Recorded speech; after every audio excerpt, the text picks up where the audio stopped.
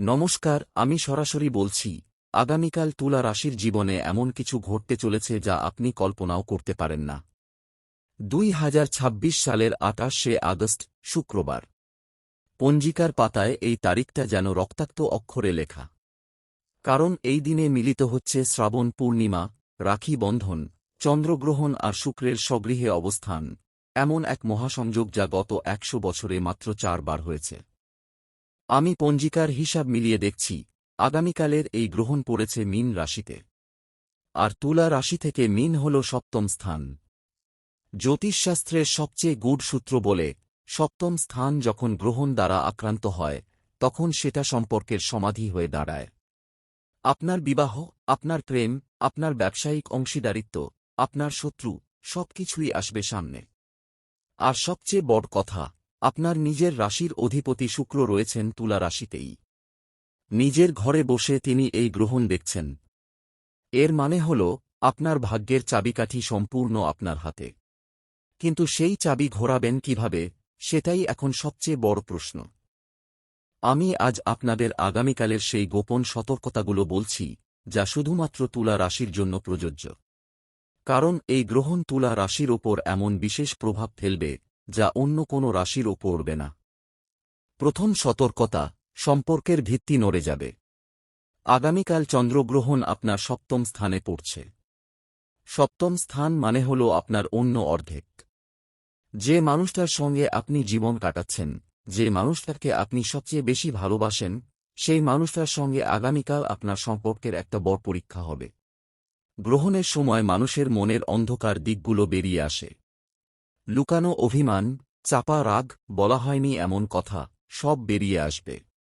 আর তুলা রাশির মানুষরা তো আবেগপ্রবণ। তাই আমি বলছি, আগামীকাল সকাল 9:12 থেকে দুপুর 1:19 পর্যন্ত, এই সময়টাতে আপনার সঙ্গীর সঙ্গে কোনো কথোপকথন করবেন না। চুপ করে থাকুন।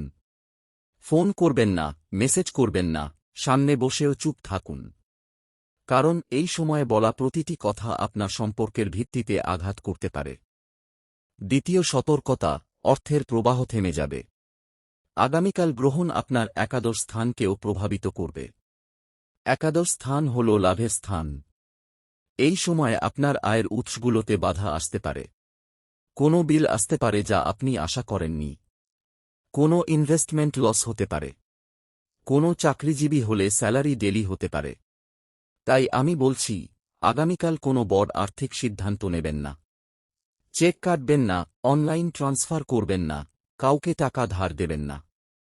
সবকিছু 29শে আগস্ট পর্যন্ত থামিয়ে রাখুন।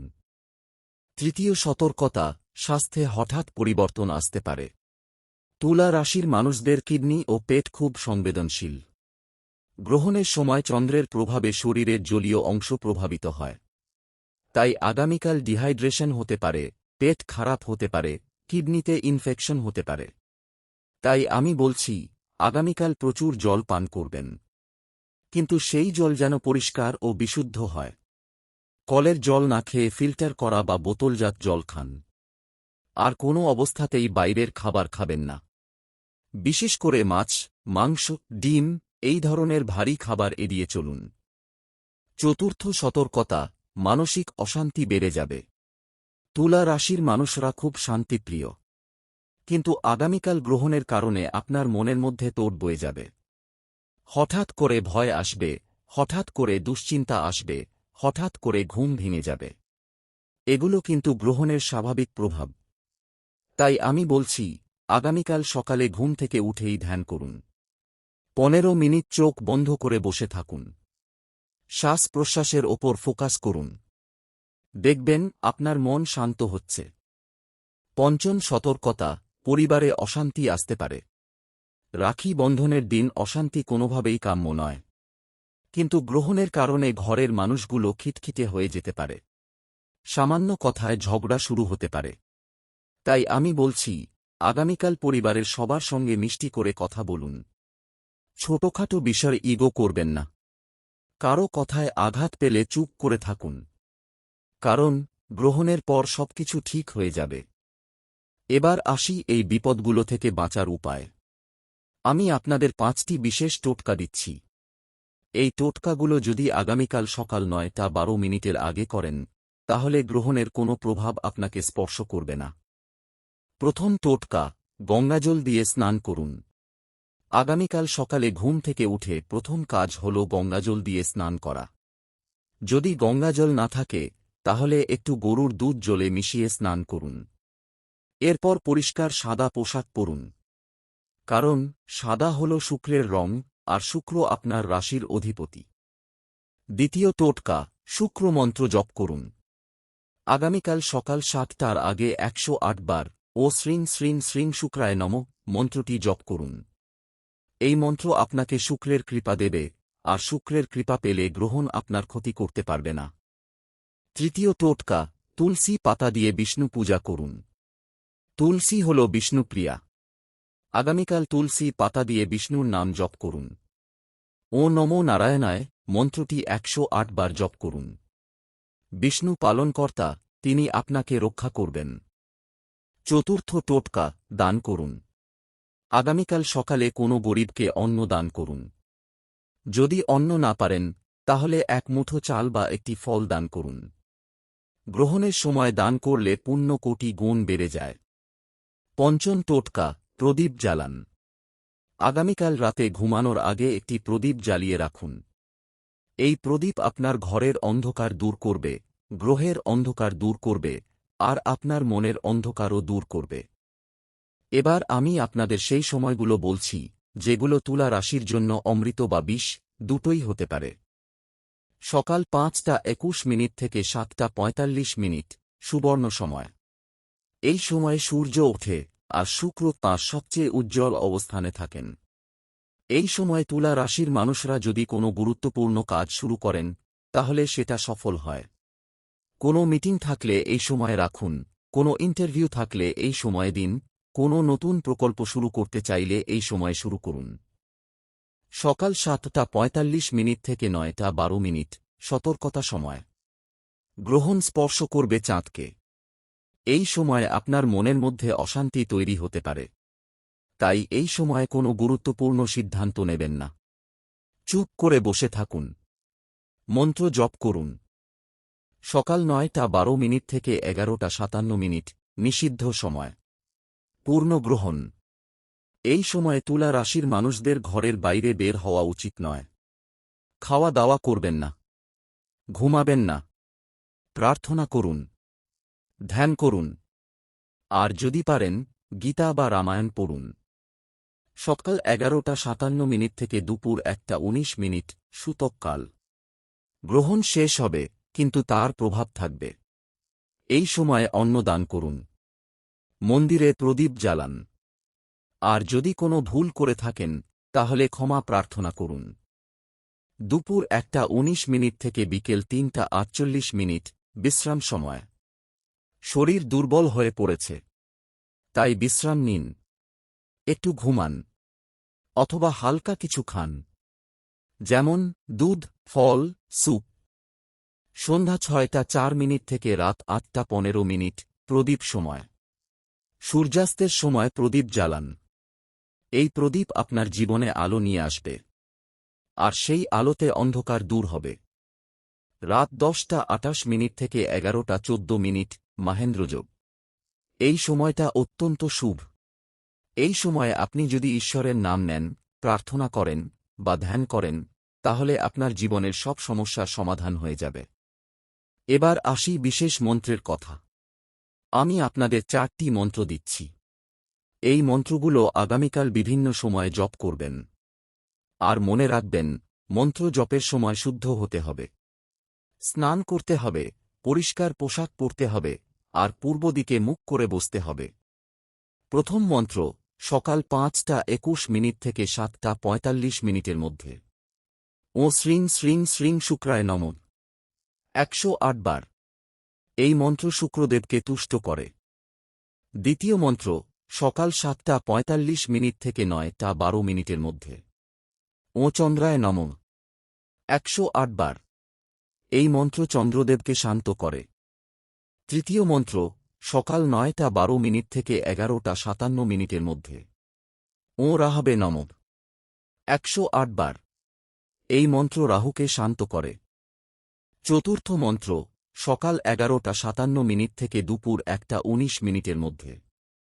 ওঁ কেতবে নমঃ 108 বার। এই মন্ত্র কেতুকে শান্ত করে। এবার আমি আপনাদের সম্পর্কের গভীর বিশ্লেষণ দিচ্ছি। তুলা রাশি হল সম্পর্কের রাশি। আর আগামীকাল যখন গ্রহণ আপনার সপ্তম স্থানে পড়বে, তখন আপনার সম্পর্ক নিয়ে অনেক কিছু ভাবতে হবে। যদি আপনি অবিবাহিত হন, তাহলে আগামীকাল আপনার জীবনে কেউ নতুন আসতে পারে। কিন্তু সাবধান, গ্রহণের সময় আসা সম্পর্কগুলো স্থায়ী হয় না। তাই নতুন কারো সঙ্গে সম্পর্ক শুরু করবেন না। অপেক্ষা করুন। 29শে আগস্টের পর দেখবেন সত্যিকারের সম্পর্ক আপনার জীবনে আসবে। যদি আপনি বিবাহিত হন, তাহলে আগামীকাল আপনার সঙ্গীর সঙ্গে সময় কাটান। কিন্তু কোনো তর্ক করবেন না। সঙ্গী যদি কিছু বলে যা আপনার ভালো লাগে না, তাহলে চুপ করে থাকুন। কারণ গ্রহণের সময় বলা কথা মন থেকে বলা হয় না। এটা গ্রহের প্রভাব। যদি আপনার প্রেমিকা বা প্রেমিক থাকে, তাহলে আগামীকাল তাদের কোনো উপহার দিন। একটি ফুল, একটি চকলেট বা একটি সুন্দর মেসেজ। এতে আপনার সম্পর্ক মজবুত হবে। যদি আপনি ব্রেকআপের মধ্যে থাকেন, তাহলে আগামীকাল কিছু করবেন না। ব্রেকআপ নিয়ে কোনো সিদ্ধান্ত নেবেন না। কারণ গ্রহণের সময় নেওয়া সিদ্ধান্ত ভুল হয়। এবার আসি কর্মক্ষেত্রের বিষয়ে। তুলা রাশির মানুষরা খুব মধ্যস্থতাকারী হয়। কিন্তু আগামীকাল অফিসে কারও মধ্যস্থতা করবেন না। কারও পক্ষ নেবেন না। নিজের কাজ নিজে করুন। কারণ গ্রহণের সময় আপনার সিদ্ধান্তগুলো ভুল হতে পারে। যদি আপনি বস হন, তাহলে আগামীকাল কোনো এমপ্লয়িকে বকাঝকা করবেন না। কারণ গ্রহণের সময় আপনার কথা ভুলভাবে নেওয়া হতে পারে। এমপ্লয়িরা আপনার কথা ভুল বুঝতে পারে। যদি আপনি এমপ্লয়ি হন, তাহলে আগামীকাল বসের সঙ্গে কোনো তর্ক করবেন না। বস যা বলেন মেনে নিন। কারণ গ্রহণের সময় তর্ক করলে চাকরি যেতে পারে। যদি আপনি ব্যবসায়ী হন, তাহলে আগামীকাল কোনো নতুন চুক্তি করবেন না। পুরনো কাস্টমারদের সঙ্গে কথা বলুন, কিন্তু নতুন কাস্টমারদের থেকে দূরে থাকুন। এবার আসি স্বাস্থ্যের গভীর বিশ্লেষণে। তুলা রাশির মানুষদের কিডনি ও পেট খুব সংবেদনশীল। আর গ্রহণের সময় এই অঙ্গগুলো দুর্বল হয়ে পড়ে। আমি বলছি, আগামীকাল প্রচুর জল পান করবেন। কিন্তু সেই জল যেন গরম না হয়। ঠান্ডা জল পান করবেন। আর যদি কিডনিতে কোনো সমস্যা থাকে, তাহলে ডাক্তারের পরামর্শ নিন। পেটের সমস্যা এড়াতে হালকা খাবার খান। যেমন স্যুপ, স্যালাড, ফলমূল। ভারী খাবার এড়িয়ে চলুন। বিশেষ করে মাছ, মাংস, ডিম এই ধরনের খাবার খাবেন না। মাথা ব্যথা এড়াতে পর্যাপ্ত ঘুম নিন। ঘুম না হলে ঠান্ডা জলের সেক দিন। আর চোখের সমস্যা এড়াতে মোবাইল বা টিভি কম দেখুন। এবার আসি আর্থিক বিষয়ে। তুলা রাশির মানুষরা খুব উদার হয়। কিন্তু আগামীকাল এই উদারতা আপনার জন্য ক্ষতিকর হতে পারে। আমি বলছি, আগামীকাল কোনো বড় আর্থিক সিদ্ধান্ত নেবেন না। চেক কাটবেন না, অনলাইন ট্রান্সফার করবেন না, কাউকে টাকা ধার দেবেন না। সবকিছু 29শে আগস্ট পর্যন্ত থামিয়ে রাখুন। আর যদি কোনো বিল আসে, সেটা গ্রহণের পর দিন পরিশোধ করুন। কারণ গ্রহণের সময় টাকা দেওয়া শুভ নয়। এবার আসি ভ্রমণের বিষয়ে। আগামীকাল যদি আপনাকে জরুরি ভ্রমণ করতে হয়, তবে সকাল 5টা থেকে 7টার মধ্যে ভ্রমণ করুন। এই সময়টা তুলনামূলক নিরাপদ। কিন্তু সকাল 9:12 থেকে দুপুর 1:19 মধ্যে ভ্রমণ করবেন না। কারণ এই সময় গ্রহণ চলছে। আর গ্রহণের সময় ভ্রমণ করলে দুর্ঘটনা ঘটতে পারে। আর যদি ভ্রমণ করতে হয়, তবে গাড়ির চাবিতে একটি নিম পাতা বেঁধে দিন। নিম হল রাহু কেতুর শত্রু। তাই নিম পাতা আপনাকে সুরক্ষা দেবে। এবার আসি ধ্যানের বিষয়ে। আগামীকাল ধ্যান করা অত্যন্ত জরুরি। কারণ গ্রহণের সময় মন অস্থির হয়। আর সেই অস্থিরতা থেকে মুক্তি পেতে ধ্যানের বিকল্প নেই। আমি আপনাদের একটি বিশেষ ধ্যান পদ্ধতি দিচ্ছি। সকাল 7টায় পদ্মাসনে বসুন। চোখ বন্ধ করুন। শ্বাস প্রশ্বাস স্বাভাবিক রাখুন। মনে মনে ও মন্ত্রটি জপ করুন। 10 মিনিট এইভাবে বসে থাকুন। দেখবেন আপনার মন শান্ত হয়েছে। আরেকটি ধ্যান পদ্ধতি, রাত 10:28 আবার ধ্যান করুন। এবার মুখ করে বসুন। কারণ পূর্ব দিক হল ইন্দ্রের দিক। এইদিকে বসে ধ্যান করলে ইন্দ্রের কৃপা লাভ হয়। এবার আসি দান পুণ্যের বিষয়ে। আগামীকাল গরিবদের মধ্যে অন্ন বিতরণ করুন। মন্দিরে প্রদীপ জ্বালান। গাভীকে ঘাস খাওয়ান। পিপুল গাছে জল দিন। এই ছোট ছোট কাজগুলো আপনার জীবনে বড় পরিবর্তন আনবে। আমি আপনাদের আরও একটি বিশেষ দানের কথা বলছি। আগামীকাল একটি কালো গরুকে ঘাস খাওয়ান। কালো গরু হল শনিদেবের বাহন। আর শনিদেব হল কর্মের দেবতা। তাঁকে তুষ্ট করতে পারলে তুলা রাশির মানুষদের সব কর্মফল ভালো হয়। এবার আসি বিশেষ ঘটনার কথা। আগামীকাল রাখি বন্ধন। তুলা রাশির মানুষদের জন্য এই দিনটি অত্যন্ত গুরুত্বপূর্ণ। কারণ তুলা রাশি হল সম্পর্কের রাশি। আর রাখি হল ভাই বোনের সম্পর্কের উৎসব। আমি বলছি, আগামীকাল সকাল 7:45 আগে রাখি বাঁধার কাজ সেরে ফেলুন। কারণ 7:45 পর থেকে গ্রহণের প্রভাব শুরু হবে। আর যদি সকালে সময় না পান, তাহলে দুপুর 1:19 পর অর্থাৎ গ্রহণ শেষ হওয়ার পরে রাখি বাঁধুন। কিন্তু গ্রহণের সময় রাখি বাঁধবেন না। এটি অশুভ। আর রাখি বাঁধার সময় ডান হাতে রাখি বাঁধবেন। কারণ ডান হাত হল শুক্রের হাত। আর শুক্র হল তুলা রাশির অধিপতি। তাই ডান হাতে রাখি বাঁধলে শুক্রের কৃপা পাবেন। আমি জানি এই সব কথা শুনে আপনি হয়তো চিন্তিত। কিন্তু চিন্তা করবেন না। আমি আপনাদের সমাধান দিচ্ছি। আমি বলছি, আগামীকাল যদি এই নির্দেশগুলো মেনে চলেন, তাহলে তুলা রাশির সব সমস্যার সমাধান হয়ে যাবে। আমি আপনাদের আরও একটি গোপন কথা বলি। আগামীকাল তুলা রাশির মানুষদের স্বপ্ন খুব গুরুত্বপূর্ণ হবে। আপনারা যদি কোনো স্বপ্ন দেখেন, তাহলে সেটা লিখে রাখবেন। কারণ গ্রহণের সময় দেখা স্বপ্ন সত্যি হয়। যদি স্বপ্নে শুকনো ফুল দেখেন, তাহলে বুঝবেন আপনার সম্পর্কে কিছু পরিবর্তন আসছে। যদি স্বপ্নে পানি দেখেন, তাহলে বুঝবেন আপনার শান্তি আসছে। আর যদি স্বপ্নে আলো দেখেন, তাহলে বুঝবেন আপনার ভাগ্য খুলছে। আমি আজ এটুকুই বলবো। আগামীকালের এই দিনটি তুলা রাশির মানুষদের জন্য টার্নিং পয়েন্ট। এই দিনে আপনি যা করবেন, সেটা আপনার জীবনের বাকি সময়কে প্রভাবিত করবে। তাই সাবধান থাকুন, সতর্ক থাকুন। আর সবচেয়ে গুরুত্বপূর্ণ, ঈশ্বরের ওপর বিশ্বাস রাখুন। নমস্কার। শুভ হোক আপনার আগামীকাল।